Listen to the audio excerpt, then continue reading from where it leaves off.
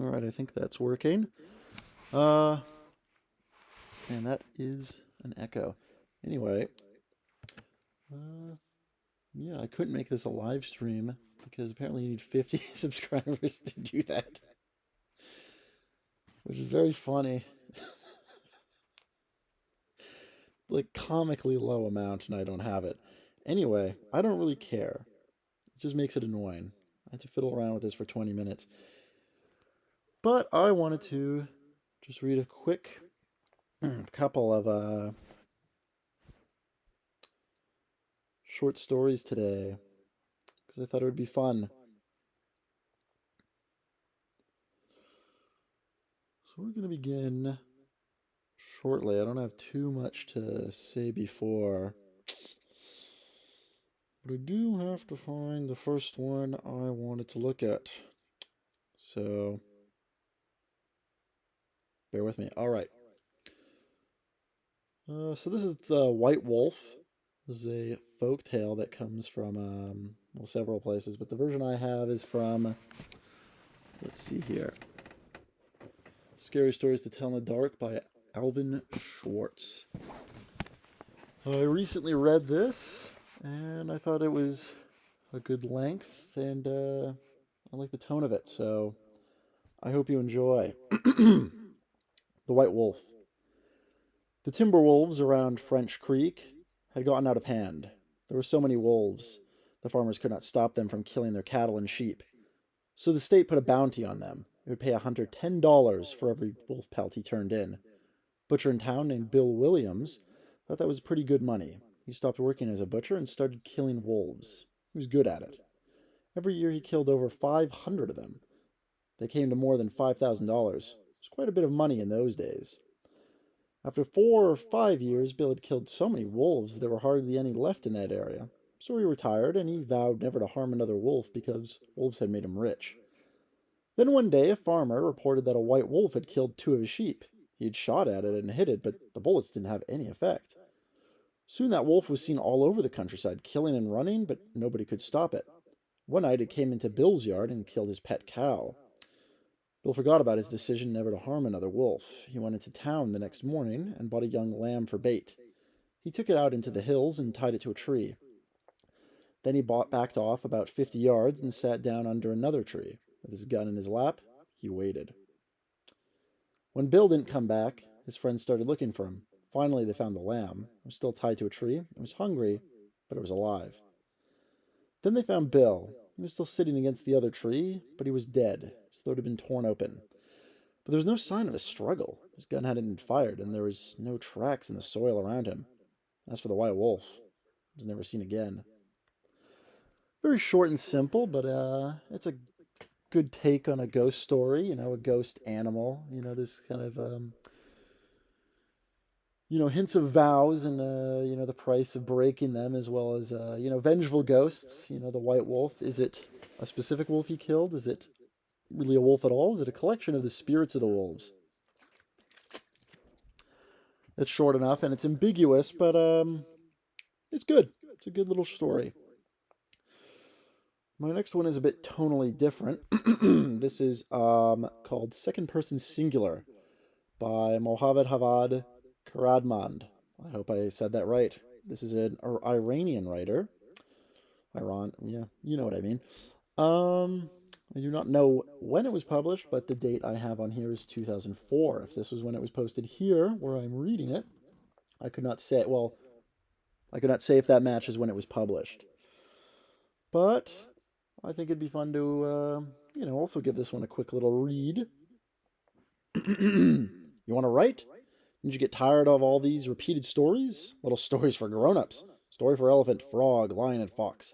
Sit down and write a good story. Those are talking animals, thoughtful, toolmakers, and so on. There are a lot of various people in your neighborhood, so that a multi-volume novel can cover them only. Take this left neighbor. Do you know him at all? Did you notice his behavior? What is he? Who is he? This suspicious man could be your protagonist. Try to accept that he has killed a lot. Think of him as a murderer of a writer who has been killed suspiciously and he's widely wanted. He may plot just now to kill you. You know that. You've decided to grab him and reveal his intention. The reader is waiting for you to begin your story. Take a pen and paper. Write. Spring afternoon, in a holiday, in an eerie silence.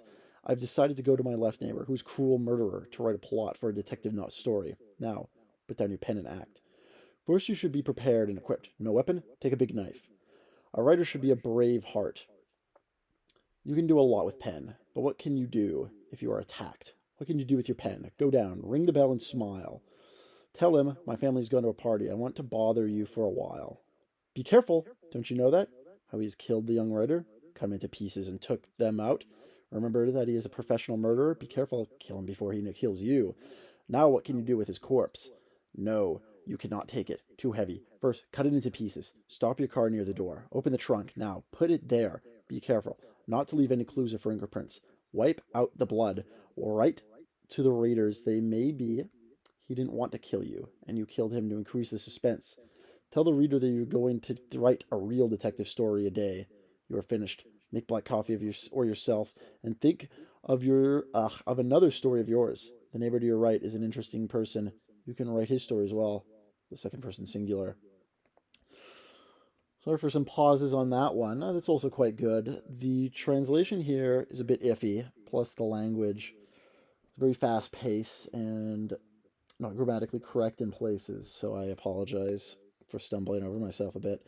That one's fun. It's kind of a one person dialogue to another. It's I suppose you could view it in a psychological sense where the man is hearing these voices and goes out and kills his neighbor and possibly more. Uh, there's other ways to view it, but it's nice. It's not you don't read. Well, I don't. Well, I guess I do. There's not, in any case, there's not too many stories that are framed in that exact manner, which I think it's unique. It's a bit short, but I think it'd be a bit hard to keep up a pace of a book like that very consistently. Let's see. I have a couple things I think would be fun to work with here, but I am very indecisive to no one's benefit. Let's see. Hmm.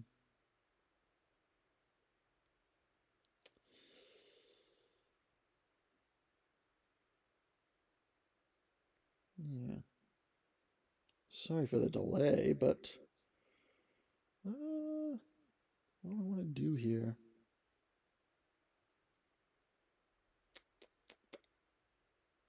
I think I'll read this one. It's a bit longer, but it's quite good.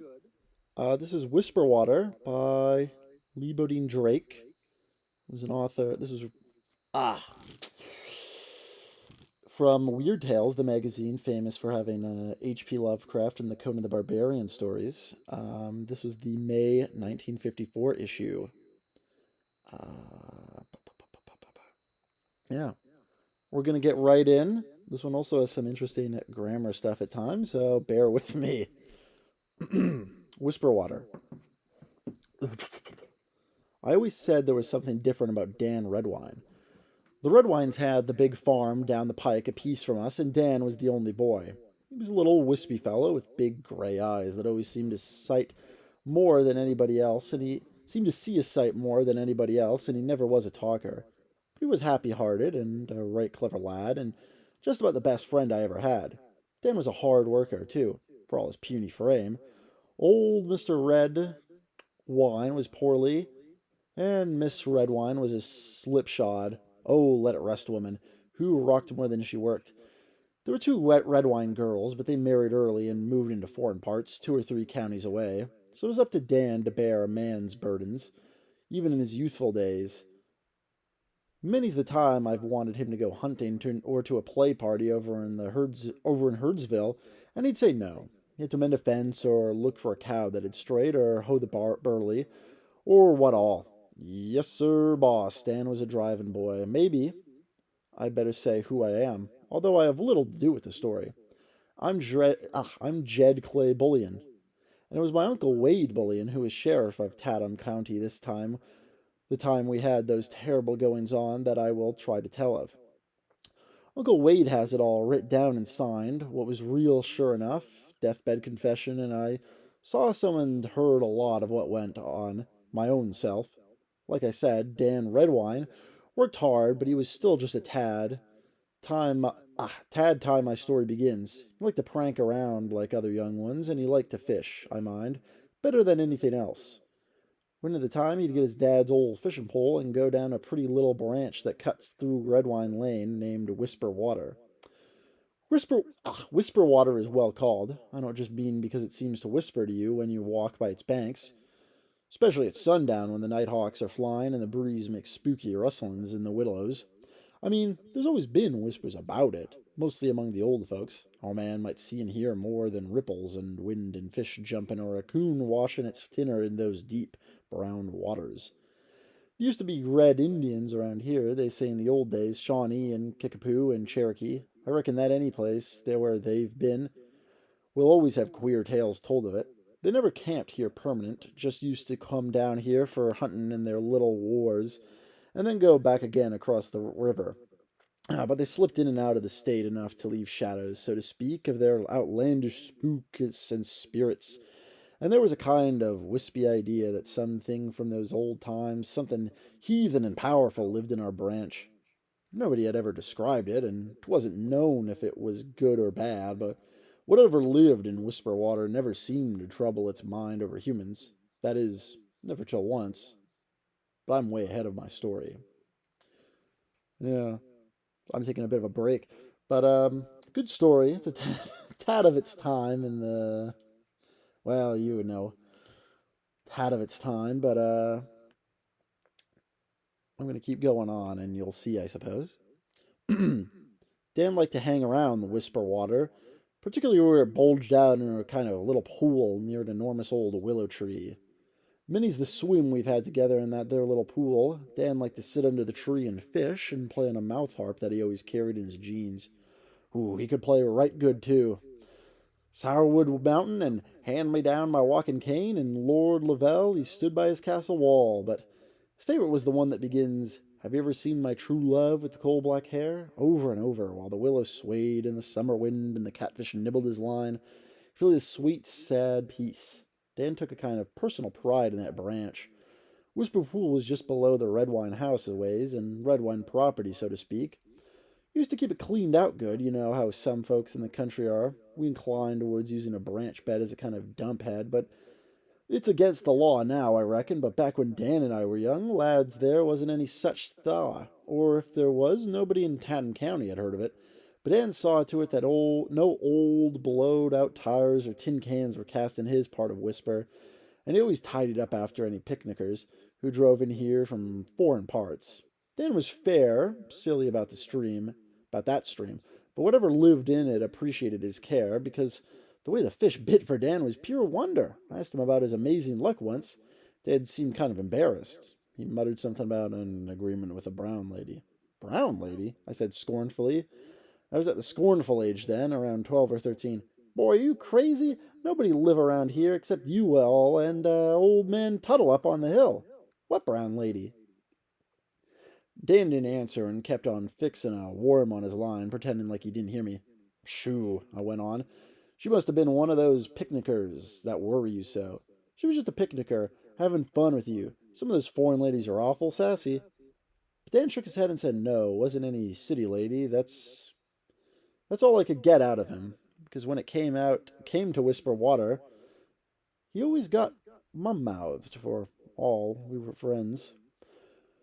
Well, we got older and started going to the dances in Herdsville and viewing the girls around, and I guess Dan sort of forgot about brown ladies, for pretty soon he was courting a Honeybird Sanders.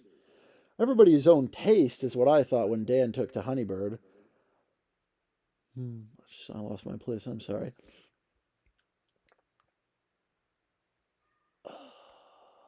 Everybody to his own taste is what I thought when Dan took to Honeybird. I'll admit she was a fair sight in those days. Tumbled red hair, snappy blue eyes, and smart and sassy. But man, was she a tartar. She could flare up over a trifle, and then her blue eyes would spark and her mouth tighten up, and she'd look like she could kill you. Besides that, she had too much of a roving eye to suit me. But Dan married up with her, or rather, Honeybird married him, being a mighty purposeful woman when she wanted something, and that time she wanted Dan Redwine and the red wine land, maybe. It belonged to him now that his dad and ma had died. Funny thing happened at the wedding. There was a right smart lot turned out for it, and I thought I knew most everybody present, but there seemed to be one person I couldn't quite place. Looked like a woman, but I never could see her real plain. She was always just, excuse me, but she was always just slipping away behind somebody or just beyond the corner of my eye. And when I turned to look at her, she'd be a little way out of my range still. It was the, it was the aggravantest thing.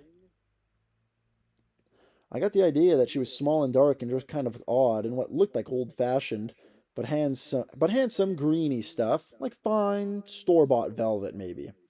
I also thought she was barefoot, and I recall saying to myself, "Well, Missy, seems like you could have wore your shoes to a wedding." Nobody else seemed to notice her, and as she didn't go into the church with the rest, I forgot about her. I thought I saw Dan look around kind of sharp-like, or once or twice, like you'll do when someone comes up behind and speaks suddenly to you, but who it was, if anybody, I never did see. The wedding party went off fine and dandy, and Dan and Honeybird settled down at his place, and for a while things went along peaceable enough. Peaceable for Honeybird, that is. But maybe not so much for Dan. Honeybird's temper didn't quiet down any, and her tongue was still razor sharp. She had a rough hand with beasts, too. I mind one time Dan brought home a baby muskrat whose mother had died in a trap. He cared for it and petted it just like he did all small, helpless things. Honeybird got the rifle down when he was over in Herdsville and killed it. But instead of being merciful and shooting it, she beat its head in with the butt. She told Dan it had bit her, but I don't think he believed her because he never again brought any young creatures to the house. The worse she got, the more he took to going off by himself to whisper water and sitting by the willow to fish or just play his mouth harp and brood, where it was quiet and peaceful. He had to practically sneak off, though, as Honeybird had a powerful dislike for that branch. It got to be more... It was kind of a nameless fear with her. She showed this one day when the red wines were walking home from church with me and my Sally. When we turned off the pike to take the shortcut through the field by Whisperwater, she stopped dead. "You all can go back along the branch," she said, "but I'm staying on the pike." "Whatever for, Bertie?" said my Sally. "It's a slight hotter and dustier." "Hotter, dusty, or not, the last time I come along Whisper, that big willow hit me in the face." "All right, laugh," she snaps, although nobody had. "A great long willow wand weird back and smacked me right square across the face and left a big red welt. My laws, it felt like some living person had slapped me." "All right, Bertie, girl, we'll go with you along the pike," said Dan, looking, I thought, a little worried. We ought to have seen that. He was a token. But human beings are funny. They hate to admit that there are things in this world that are more or less than human, with powers for good or ill, according to whether it's good or ill that's done them by men. Honeybird never would walk by the branch again, though, and knowing what I do now, I can't blame her. She and Dan had been married now about 10 years, I reckon. I reckon it got lonely for her up at the red wine place, Dan being such a quiet man and there never being any children. If she did a passel of young ones to busy her mind and mine, things might have been different, but she never did, and sometimes I wonder if Whisperwater was to blame. Maybe I'm fanciful. Anyways, things perked up when some oilmen came down here and leased some of Dan's land. Pretty soon they moved in a big rig with cable tools, and the contractor, Mr. Bill Brady, his name was, brought in a crew and they started drilling. Two of the boys located themselves in Herdsville and drove to work every day around noon. But Mr. Brady, who helped drill, and his tool dresser got themselves fixed at the home for room and board. They were going to run tower, as they called it, at night, and it was a sight handier to live on the place. Mr. Brady was a youngish man, pleasant-spoken, if I might school-teacherish, and not great shakes for looks, but his tool dresser, that Foley, was a humdinger, big, black-eyed, and rowy-dow, always laughing and pranking and shining up to the girls. He was the sweetest talking man I ever did see, poor soul. He just naturally made a set for Honeybird, and she was smitten with him from the start. After living alone with with slow-spoken Dan for 10 years, she was pleased and flattered to have such a big, good-looking man like Foley Mathers shine up to her. That was the Toolie's name, Foley Mathers. Lord, how can I, Lord, how can I forget it? Right away, Honeybird smartened up like she hadn't since her wedding. She put herself out to cook better than since the honeymoon. Sweet potato pie and her best peach preserves on the table every day. She even took to curling her hair again and pinning on a ribbon or two, and when Honeybird set her mind to it, she was a high-taking woman. Foley just ate it up. Lots of time when I was there around noon when Mr. Brady and him would come off tower, Foley'd come busting into the kitchen, roaring, "Where, Miss Honeybird? Where's that good-looking landlady of mine?" And she'd giggle and prime herself like a girl. Working half the night like they did, Mr. Brady and Mathers slept a good piece of the afternoon. I hate to scandalize anybody's name, especially when they're dead and gone, but seems like Foley wasn't sleeping all that time. Mr. Brady had the spare room to himself, and he was a little hard of hearing, so what went on when Dan was down in the low ground at the corner hoeing the burley by the woodlot will never now be rightly known to man, but it's certain there was enough between Foley and Dan's wife to make her jealous of other women.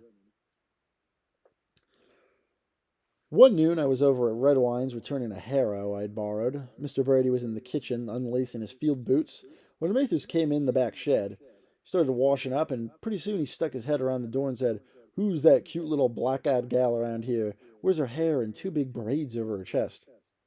"No grown woman would be silly enough to wear her hair like that," snaps Honeybird. "Nobody but a red Indian, that is, and they've been none of them kind round here for many enduring years. That's certain." "Say," bawls Foley, "come to think of it, that's just what she looked like. Cute little Indian squaw, like I'd seen out in the Oklahoma time I was working on a well near Nawata." He stepped in the kitchen. "Mean, too, like an Indian woman can get. Man, did she give me a dirty look as she passed me, like she ready to scalp my hair off. Brrr." "What had you done, Mathers?"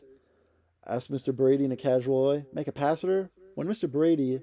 No. "Why, Mr. Brady, you know I'm innocent as a lamb around women," Foley answered, a big-eyed and mock solemn.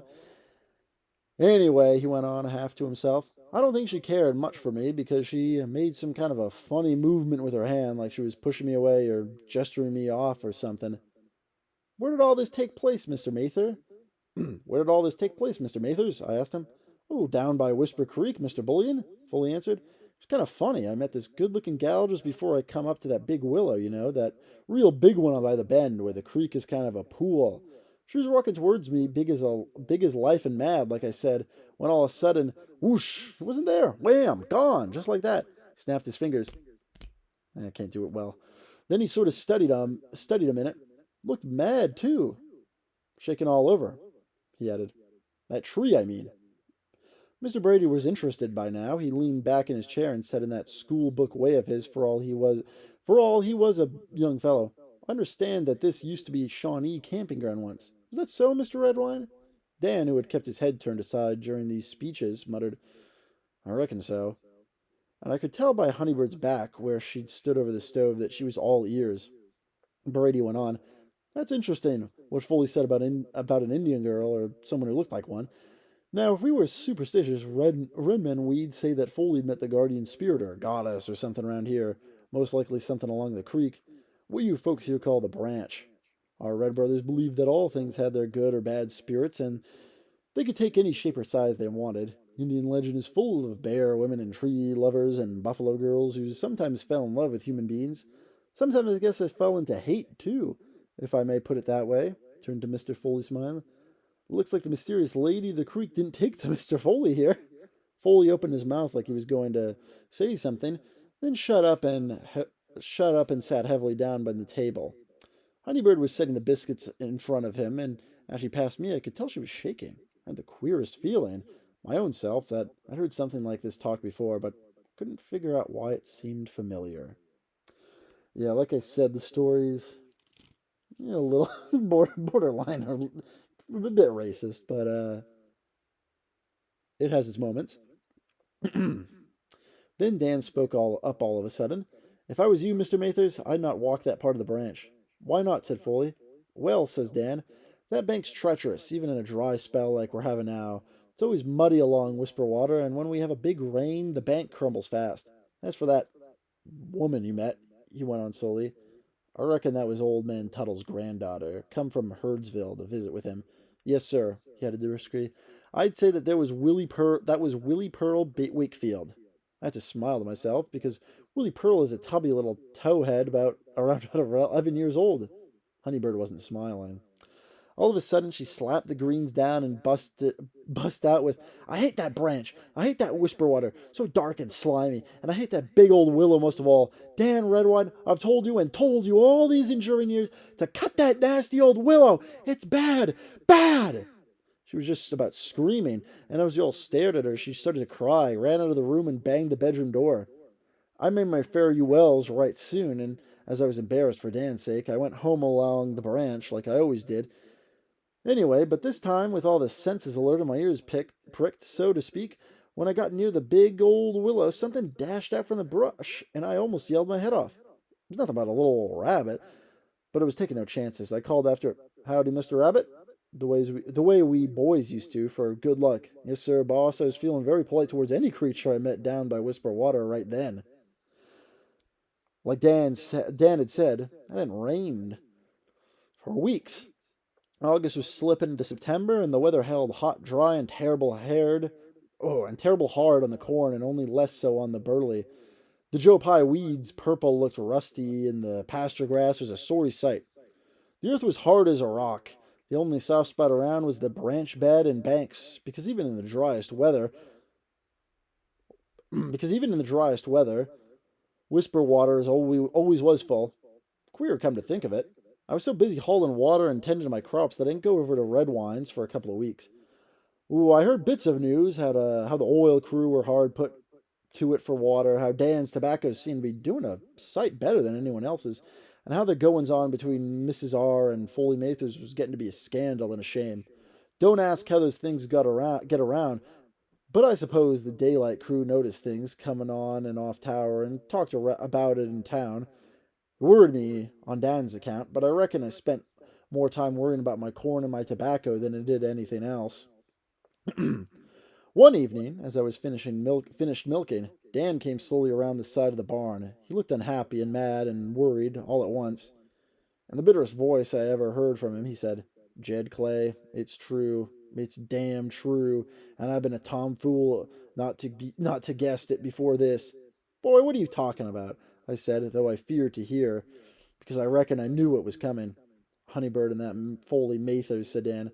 Honeybird's been disgracing her and my name with that loudmouth loudmouth tool dresser, and I ought to have knowed better than to take in my own house. Oh. He smashed his fist against the barn wall. Damn these foreigners, Jed Clay. I wish I'd never leased my land to 'em. I wish they'd never come around here looking for oil. Hold on, Dan, I said. What makes you so sure? I put my arm over his shoulder. People just naturally talk about a good-looking man or woman, and they're both that. Mathers is a big talking fellow, but I doubt that it's any more than just sweet-talking compliments and such. It's more than that, Jed Clay, he answered. That's all I'm going to say about it, but I'm facing them both with it tonight, and if he or she gets the least bit of guilty expression, I'm going to light into that Foley, and I don't know where it'll stop at. Take it easy, Dan. You're admitting right now you ain't really sure. Sleep on it tonight, boy, and don't be so hasty in your anger. I was really scared that Dan would jump Foley, and I considered considering the difference in their sizes, Dan was liable to be the worst used in that ruckus. I talked and jollied him and thought I'd quieted him down some because he promised to think it over during the night. But when he turned away to head for home, I had the feeling that I'd never see him again. I started to call him back and asked him to stay the night with Sally and me, and I wish to glory now I had. I worried so about Dan that a couple of days after that I went over to Redwine's. The house looked quiet, and I figured the night crew were still asleep, it being around 4 in the evening. I knocked softly on the porch floor, and after a long while Honeybird came to the door. She looked kind of wild and sick. Dan's not here, she said. Dan's gone on a trip. Gone on a trip? I said. To where? Down to Memphis, she said, in a defiant, you'd better believe me way. Let me redo that then. Down to Memphis, she said in a defiant, you'd better believe me way. Memphis? I guess I yelled at, Memphis, whatever for? What's Dan doing in Memphis? He's visiting some of his kinfolk, she answered. He's been away a couple of days now, visiting his kin down in Memphis. I was stumped. I never knew Dan had any kinfolk in Tennessee. He never mentioned any to me, that I recollect. Well, he has, and that's where he's went. She snaps. She snaps back and starts to close the door. He picks a fine time to take a trip, I said. Right when the Burley needs cutting, he goes to Memphis to visit his kin. Don't you yell at me, J. Clay Bullion. Honeybird's temper was rising. Can I help it if Dan Redwine's a fool? Always was a fool, to my mind. That's enough, Miss Honeybird, I said, very mannerly, because I was getting mad myself. Dan's my friend, and if he oh, Dan's my friend, and if he wants to take a trip to Memphis, I reckon he knows what he's doing. Funny though, nobody in town said anything about it when I went in yesterday. Seems like somebody would have seen him take the train or something. Then, just to end the conversation on a pleasant note, I asked, how's the oil well coming? Struck oil yet? That did it. She blew up. That Foley, that big drunken ox of a man. Why, what's Foley done? I asked. I thought he was your star boarder, Bertie. You shut up! She began when we heard a sound which most of us had been honing to hear for weeks. A crack of thunder, whilst we were talking. The sky had begun to clabber up with big purplish clouds, and as we stood there, a wind sprang up that smelled of rain not far distant. Lightning split the purple masses, thunder banged away, and the first warm drops fell, then more of them, and faster and cooler. I felt like dancing. Fare thee well, Miss Redwine, my bonny o, I sang out. I'm fixing to get home before she busts open and Whisper starts to spill over. Don't want to be caught in the low ground when Whisper starts to flood. At that I thought she'd gone crazy. She staggered back back against the screen door and put her hand to her mouth. The branch, she said, like to herself. Oh, my lord, the branch, and slammed both doors shut, and I heard her lock the inner one. I'll Swanee, I thought to myself, what a woman. No more manners than backwoods trash. But I forgot about Honeybird because it was now raining buckets and our Tatum County clay was already turning slippery under my boots, and I had to set my mind on getting home in a hurry. The sky was now one big bruise with white forks of lightning playing over it every few minutes, and the rain seemed to come down harder every step. When I passed the rig, I saw the daylight crew, Collins and Mac, huddled up in their doghouse away from the storm. That made me think of the other crew at the house, and I thought, they won't get much sleep with all this racket. Then another thought struck me. Something Honeybird had said. How she'd called Foley a drunken ox. Drunken? Maybe this was kind of a blow and sweet on the ladies, but he never drank anything stronger than buttermilk. What had made him a drunken ox all of a sudden? That night's storm was the worst I ever did see. Sally and I are the young'uns bunched up together in the kitchen, and Sally prayed a little, and I thought about Dan and Honeybird and Foley and how troublous life can be. I said to Sally, I sure hate to have to go out in this tonight. Don't reckon the boys will do any more drilling till it's over. It's not a fit night for a hound dog to be out in. Little knowing it wouldn't be many hours before I'd be clumping around in the wind and rain and thunder looking for a murderer. Now to come that part, which even now seems mighty hard to credit, even though I saw some things with my own two eyes that no man could rightly disbelieve. But what with the confused and wild way in which Foley told his part of the doings and the noise and fury of the storm that kept up while he was telling it, together with the downright unnaturalness of the whole business, well, that last part is none too clear after all these years. Needless to say, Dan hadn't gone to Memphis. Seems that when he left me that evening and went home, he found Honeybird and Mathers talking in the kitchen. Dan walked up to him and asked what Foley later said was a very personal question, and one word led to another, and they started belting each other. I'd always been afraid to see Dan get into a fight with big Foley Mathers, but it seems like he had made a fair showing. He was mad and he was hurt, and righteous wrath hath its own strength. Anyway, Honeybird thought her sweetheart was getting the worst of it. Foley said all of a sudden he heard a funny dull sound like a squash had been cracked open, and Dan slumped down on the floor with his head bust wide open.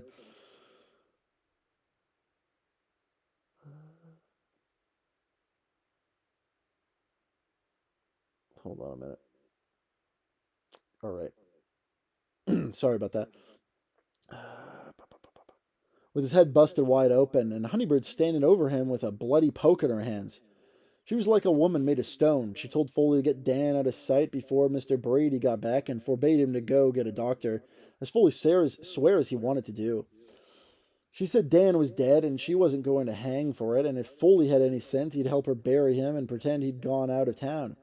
They could think up what to do later, she said, and Foley was so dazed with fighting and fear of that awful woman he'd been fool enough to admire that he followed her like a whipped dog. He slung poor Dan's corpse over his shoulder, and Honeybird got a shovel from the tool shed, and they stole out of the house in the dusk.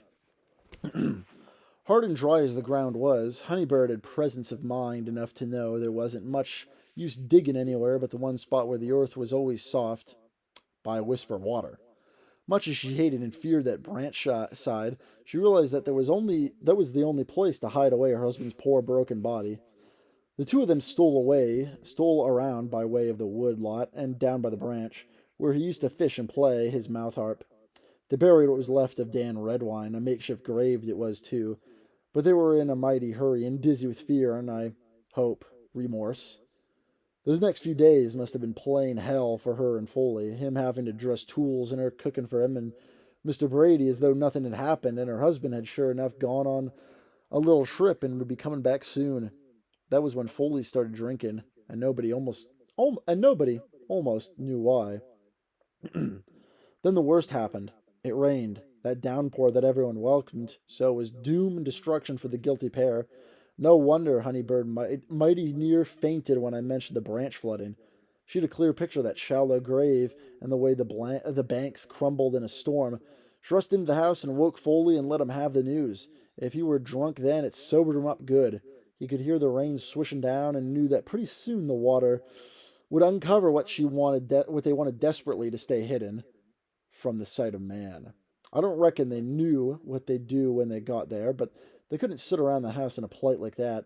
They had to make a stab at covering Dan up better somehow. They crept out of the house, hoping against hope Mr. Brady wouldn't hear them, and through the wind and lightning and the wild wet they made their way down to Whisper Water. With all that clay pulling at their feet, Foley said they ran all the way as if the devil was after them, and maybe he was. Now here's the part where Foley shook so with pain and fright, and where he'd stopped so often to pray or to curse, that it's pretty much of a blur in all our minds. Mine and Uncle Wade's and the others who stood around his bed there in Redwine Linto that night. He says that as they got to the branch, they could hear Whisper Water rushing down between her banks like something strong and big and angry, and somehow alive. In the semi-darkness, they saw that the willow was bending and shaking all over like a woe-begone woman, and the banks were flaking rapidly.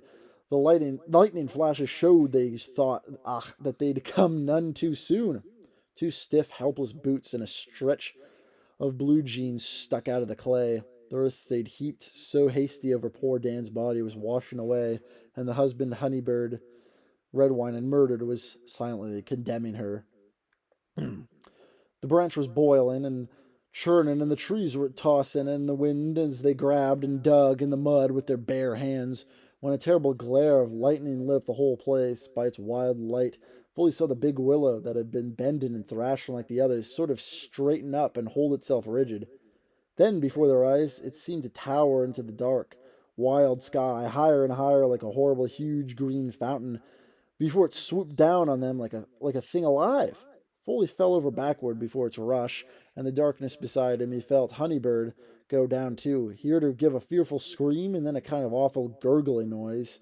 Another lightning glare came, and Foley saw what no human being ought to ever see. Instead of a willow tree was a huge, angry Indian woman, brown skin, black braids all, bending over them, but it wasn't a human woman. Then, oh my God, Foley'd cry as he told and retold that awful scene. She was reaching down for Honeybird and choking the life out of her with her long, thin hands.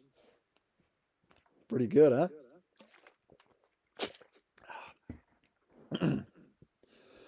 But the worst is yet to tell. Foley's shrieks brought the crew from the well, and Mr. Brady, and together they got him up to the house as best they could, what with his leg hanging broken, where it had caught in a root where he fell. Colin said afterward that was caught so tight they could hardly get him loose. Just like it was hands holding him down, he said. There wasn't a sign of Honeybird. They laid Foley on his bed in the lean-to, and Collins got out the Ford and slithered into town for Doc Luttrell. From what he'd seen and heard, Collins figured he'd best get the sheriff, too. Uncle Wade rounded some of us up, and in the wind and rain we went out to look for Honeybird. The storm had died down some, but we still had trouble with our lanterns, and I don't reckon we'd have come across her when we did if it hadn't been for Coleman Tate's old dog, Lubby. It was really Lubby that found Honeybird. Away downstream, caught among the brush that overhung the bank, was what looked like an old ragbag. Coleman's hound nosed it and let out a howl. It was Honeybird, wrapped around her throat, coil and coil, so tight that it cut way into the skin, was what looked like a thin green rope. Luby set up another howl, and when Coleman and I picked her up, we almost did our own selves. Not because she was dead. I guess we kind of expected that all along, but because that wasn't any rope that had strangled the life out of Honeybird Redwine. It was a long green willow wand. Poor Foley died the next day. Doc Luttrell took off what was left of his leg, but he had a bad fever, and what with the pain and the awful fright and other things like remorse, maybe, he just couldn't pull through. Dan was dug up and buried proper in the churchyard with what was left of Honeybird, Lord pity her, alongside him, although I do recall there was some sentiment against it. Dan's widowed sister came over from Logan County to run the property.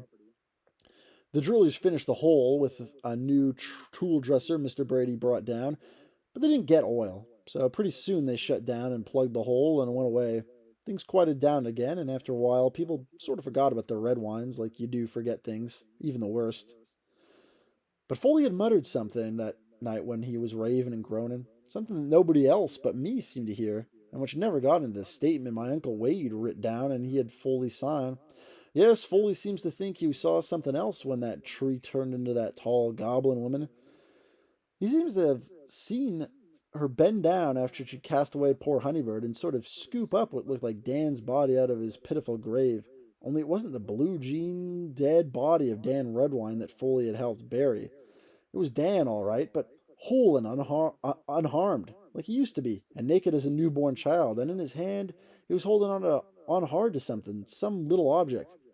I could have told Foley what that was, and the tears come to my eyes to think of it on it. It was Dan's little old mouth harp, yes. Yes, sir, that little old mouth harp that he was never without, and his ghost still held on to it. Down by Whisperwater, of a summer's evening, when the nighthawks are out and the fish are splashing, I've heard a sad, pretty little tune curling and creeping through the willow wands. Have you seen my true love with the coal black hair? And the breeze in the big willow by the pool is sort of humming along with it, like a happy woman whose lovers come to her at last. So that was Whisperwater. I also think that's a pretty good story. Few of the details are of its time, but I quite enjoy it. How long have I been going on? I think I'll read one more. I don't think I'd have it prepared though, so you know, I'm just gonna. I think I can find it fairly quickly though. I think it will round out everything else if I were to bet. Hmm.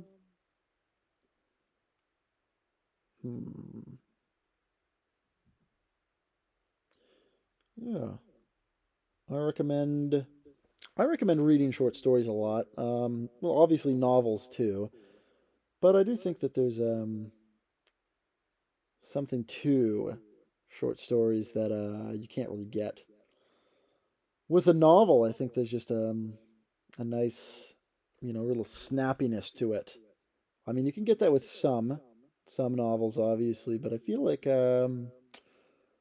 much more common in a short story and easier to write, obviously, but different to write.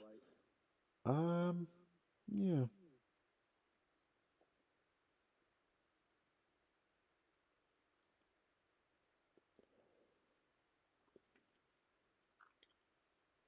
yeah.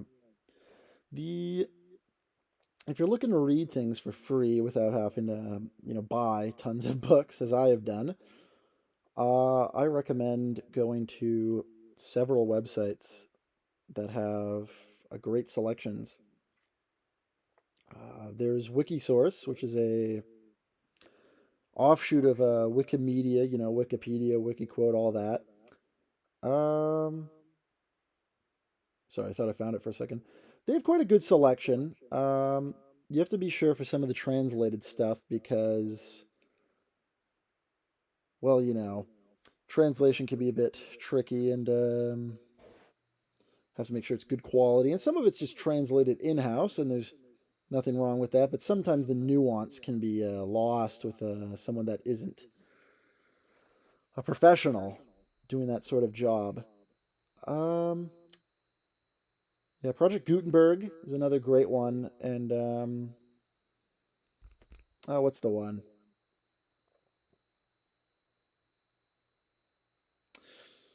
Uh, I forget the other one because I refuse to make an account, so I can never read anything on it. Uh, this is embarrassing. I thought I'd find this much faster. Oh, okay, I found it just as I say that. Isn't that something? So this is The Distressing Tale of Thangobrind the Jeweler, and this is by Lord Dunsany. And this is a early fantasy short story, 1911, January 1911. Uh, where did this come from?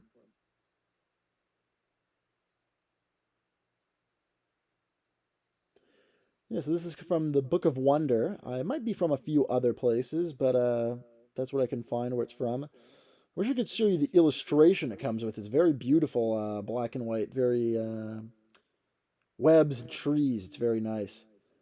So this one's fairly short, longer than the first two, but significantly shorter than the Whisper Water. So I think I'm gonna read that, and I think that'll round out this whole little reading thing I've got for this time at least. I might do it again. I'll see about that. Not being able to live stream, it's a little annoying because well, it'd be a lot easier than having to mess with recordings and the storage and all that. But whatever, I'm having fun. Distressing Tale of Thangobrind the Jeweler. When Thangobrind the jeweler had heard the ominous cough, he turned at once upon that narrow way. A thief was he, of very high repute, being patronized by the lofty and elect, for he stole nothing smaller than the moo eggs, and in all his life stole only four kinds of stone, the ruby, the diamond, the emerald, and the sapphire. And, as jewelers go, his honesty was great. Now there was a merchant prince who had come to Thangobrind and had offered his daughter's soul for the diamond that is larger than the human head, and was to be found on the lap of the spider idol Hlohlo in his temple of Maungaling, for he had heard that Thangobrind was a thief to be trusted. Thangobrind oiled his body and slipped out of his shop and went secretly through byways and got as far as Snarp before anybody knew that he was out on business again, or missed his sword from its place under the counter. Thence he moved only by night, hiding by day and rubbing the edges of his sword, which he called called mouse, which he, which he called mouse because it was swift and nimble. The jeweler had subtle methods of traveling. Nobody saw him cross the plains of Zid. Nobody saw him come to Mursk or Tlum. Oh, but he loved shadows.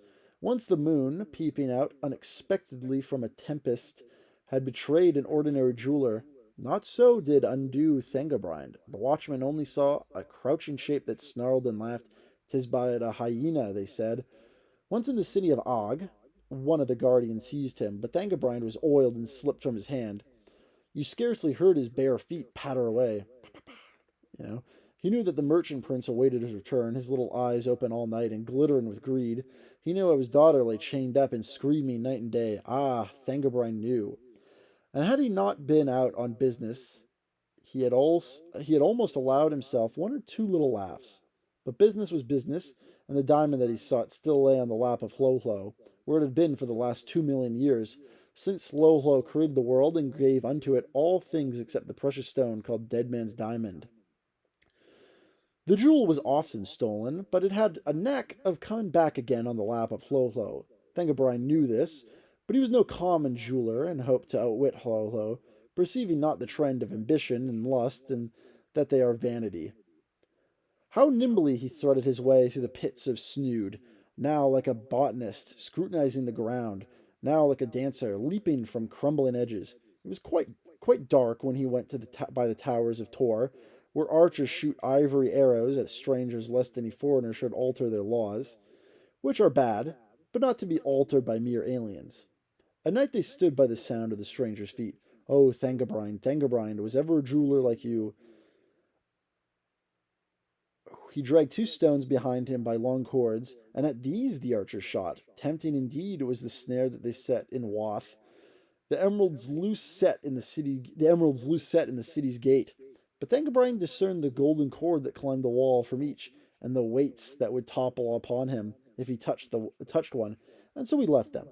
Though he left them weeping, and at last came to Theth. There all men worship Hlolo, though they are willing to believe in other gods, as missionaries attest, but only as creatures of the chase, for the hunting of Hlolo, who wears their halos, so these people say, on golden hooks along his hunting belt. And from Theth he came to the city of Maung and the temple of Maung Galing, and entered and saw the spider idol Hlolo, sitting there with Dead Man's diamond glittering on his lap, and looking for all the world like a full moon. But a full moon seen by a lunatic who had slept too long in its rays. There was in Dead Man's diamond a certain sinister look, and a boding of things to happen that are better not mentioned here. The face of the spider idol was lit by that fatal gem. There was no other light in spite of his shocking limbs and that demoniac body. His face was serene and apparently unconscious. A little fear came into the mind of Thangobrind, the jeweler, a passing tremor, no more. Business was business, and he hoped for the best. Thangobrind offered honey to Hlolo and prostrated himself before him. Oh, he was cunning. When the priest stole out of the darkness to lap up the honey, they were stretched senseless on the temple floor, for there was a drug in the honey that was offered to Hlolo. And Thangobrind the jeweler picked Dead Man's diamond up and put it on his shoulder and trudged away from the shrine. And Hlolo the spider idol said nothing at all, but he laughed softly as the jeweler shut the door. When the priests woke of the grip of the drug that was offered with the honey to Hlolo, they rushed to a little secret room with an outlet on the stars and cast a horoscope on the thief. Something that they saw in the horoscope seemed to satisfy the priests. It was not like Thangobrind to go back by the road by which he had come. No, we went by another road, even though it led to the narrow way, night house in Spider Forest. The city of Maung went towering behind him, balcony above balcony eclipsing half the stars, as he trudged away with his diamond. He was not easy as he trudged away, though when a soft pittering as of velvet feet arose behind him, he refused to acknowledge that it might be what he feared. Yet the instincts of his trade told him that it is not well when any noise whatever follows a diamond by night, and this was one of the largest that had ever come to him in the way of business. When he came to the narrow way that leads to Spider Forest, Dead Man's diamond feeling cold and heavy, and the velvety footfalls seeming fearfully close, the jeweler stopped and almost hesitated. He looked behind him. There was nothing there. He listened attentively. There was no sound now. Then he thought of the screams of the merchant prince's daughter, whose soul was the diamond's price, and smiled and went stoutly on. There watched him apathetically over the narrow way, that grim and dubious woman whose house is the night. Thangobrind, hearing no longer the sound of suspicious feet, felt easier now. He was all but come to the end of the narrow way when the woman listlessly uttered the ominous cough. The cough was too full of meaning to be disregarded. Thangobrind turned round and saw at once what he feared. The spider idol had not stayed at home. The jeweler put his diamond gently upon the ground and drew his sword called Mouse. And then began that famous fight upon the narrow way in which the grim old woman whose house was night seemed to take so little interest. To the spider idol you saw at once it was all a horrible joke. To the jeweler it was grim earnest. He fought and panted and was pushed back slowly along the narrow way, but he wounded Hlolo all the while with terrible long gashes all over his deep soft body, till Mouse was slimy with blood. But at last the persistent laughter of Hlolo was too much for the jeweler's nerves, and once more wounding his demoniac foe, he sank aghast and exhausted by the door of the house called Night at the feet of the grim old woman, who, having uttered once that ominous cough, interfered no further with the course of events. And there carried Thangobrind the jeweler away, those whose duty it was, to the house where the two men hang, and taking it down from his hook, the left hand one of the two, they put that venturous jeweler in his place, so that there fell on him the doom that he feared, as all men know, though it is so long since, that there abated somewhat the ire of the envious gods. And the old daughter of the merchant prince felt so little gratitude for this great deliverance that she took to respectability of a militant kind and became aggressively dull and called her home the English Riviera, and had platitudes worked in worsted upon her tea cosy, and in the end never died, but passed away at her residence. Yeah, so that one's quite fun. Lord Dunsany has quite a few fun short stories and a couple books that are within this same world. As far as I remember, as I know, he was the first, if not the first, fantasy writer to actually have kind of lore, so to speak, planned out so much across multiple works, and that was not intended to be published initially, at least. Of course, obviously, there's been more other fantasy works before him, but I find this one quite notable. It's fairly early, very pre Tolkien by several decades. Tolkien really kind of creates the modern fantasy, as does Jack Vance, who created the Dine Earth series.